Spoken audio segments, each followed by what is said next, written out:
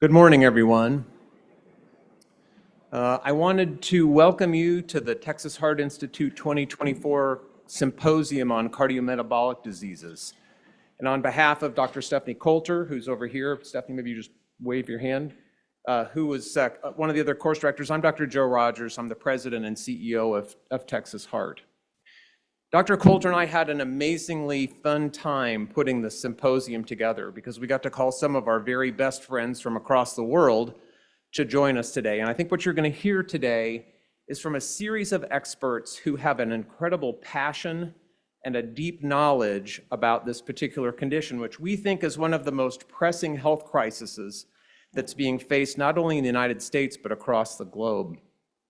And the question that Dr. Coulter and I asked is, we know what to do, but why isn't it working? And we'll show you some compelling data today to suggest that despite all of the interventions that we know are effective, we're seeing less and less impact on this global crisis.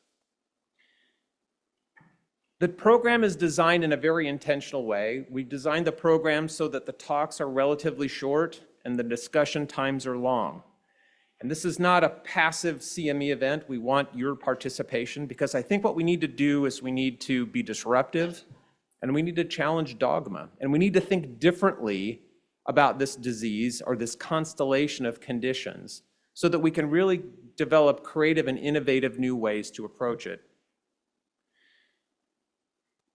The other thing that I'd like you to know is that after the conference today, a group of us are getting together tomorrow for a 4-hour think tank to distill what we heard today and begin thinking about new interventions that we can implement, research studies that we can design, and outcomes that we can begin looking at that might help us bend the curve with this disease.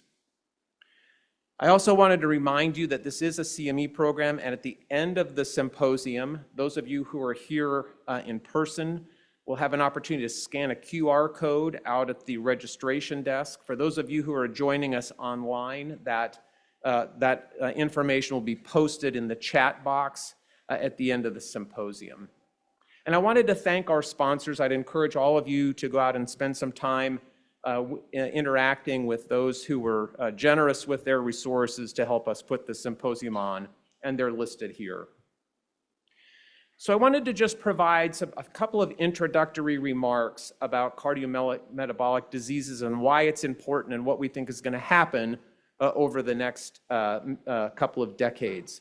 As most in this room know, heart disease is responsible for a large amount of the morbidity and mortality that we see in the United States. Heart disease will account for over 700,000 deaths this year. And during my 15-minute remark, 30 people in the United States will die of a myocardial infarction.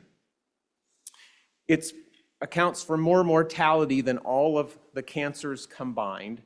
It'll account for 160,000 deaths this year of stroke, 100,000 deaths related to diabetes, and will be responsible for over 800,000 myocardial infarctions.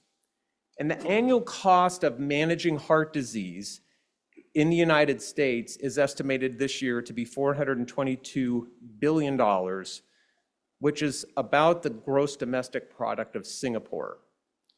So certainly from a morbidity and mortality perspective, from the impact on our communities and the financial impact, this is a critically important issue for us to begin to address. So what is the cardiometabolic syndrome, or what is cardiometabolic disease? We tend to think of it as a constellation of diabetes, high cholesterol, high blood pressure, and obesity. And I won't read through the strict definitions that are shown here, but these are key drivers, particularly of atherosclerotic vascular disease, leading to coronary artery disease and myocardial infarction, and carotid artery disease and stroke, and peripheral artery disease and amputation, all linked to morbidity and mortality. So to amplify this just a little bit further, we know that individuals who have cardiometabolic disease have about a 2-fold increase in the risk of cardiovascular disease, almost a 3-fold increase in their risk of a heart attack, a twofold increase in their risk of stroke and sudden death, higher cardiovascular mortality. As Dr. Joe Galati will tell you, they have a much higher incidence of non-alcoholic fatty liver disease, an old term that I'm sure you will highlight in your talk. But importantly, it actually extends beyond cardiovascular disease. So individuals with that constellation of comorbidities also are at increased risk for certain kinds of malignancies and dementia. And we've already talked about the financial implications, but it's very clear that for each component of the metabolic syndrome, healthcare spending increases by 24%. So what's projected to happen with cardiometabolic disease over the coming 20 or 30 years? So despite the fact that we have developed a variety of different drugs and medical interventions, it's projected, based on the National Health and Nutrition Examination Survey and the census data, that the incidence of diabetes will go up by nearly 40%, hypertension by almost 30%, high cholesterol by more than 25%, and obesity by almost 20%. And that will lead to an increase in ischemic heart disease, heart failure, heart attack, and stroke. So when I suggested early on that this is a health crisis, this is a health crisis of intense proportion, and it's going to be up to us to come up with innovative new solutions. We have drug therapies, we have interventions, we've tested them. But I think the question that Dr. Coulter and I asked is, despite all of those interventions, here are their predictions. Why is there such an important disconnect between what we know what we know to do and what's happening in our populations? Just as an example, over 20 years, look at what's happened to the incidence of obesity. So you can see the more dark colors are the higher amounts of obesity. Here's a map of the United States, and you can see that between 2011 and 2020, our country's becoming more obese. This is no surprise to anyone sitting in this audience. We've done the same thing in the city. We've mapped out cardiovascular comorbidities. We know where the diabetes lives. We know where the obesity lives, and you can overlay that with where the highest prevalence of coronary artery disease is. And for those of you who know Houston, it's probably not a surprise where this is.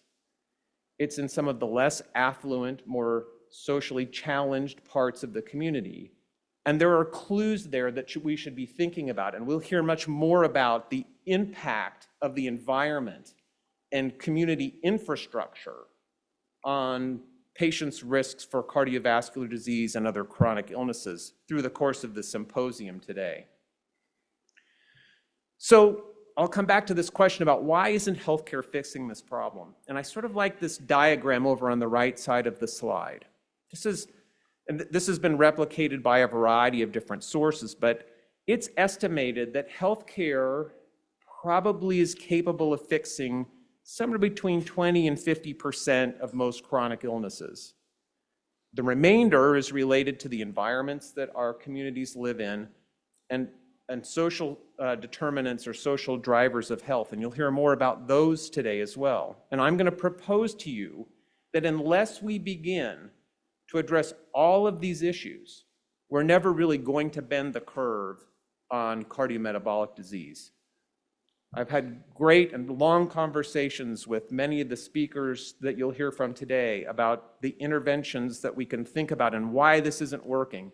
But there really is not a systematic infrastructure to manage the complexity of cardiometabolic disease. I like to laugh and say these patients are often referred to too many ologists. We say you should go see your cardiologist, and then your endocrinologist, and then your hepatologist, and then your nutritionist. And these people can spend their entire lives going to clinical visits. We need to make this easier for patients.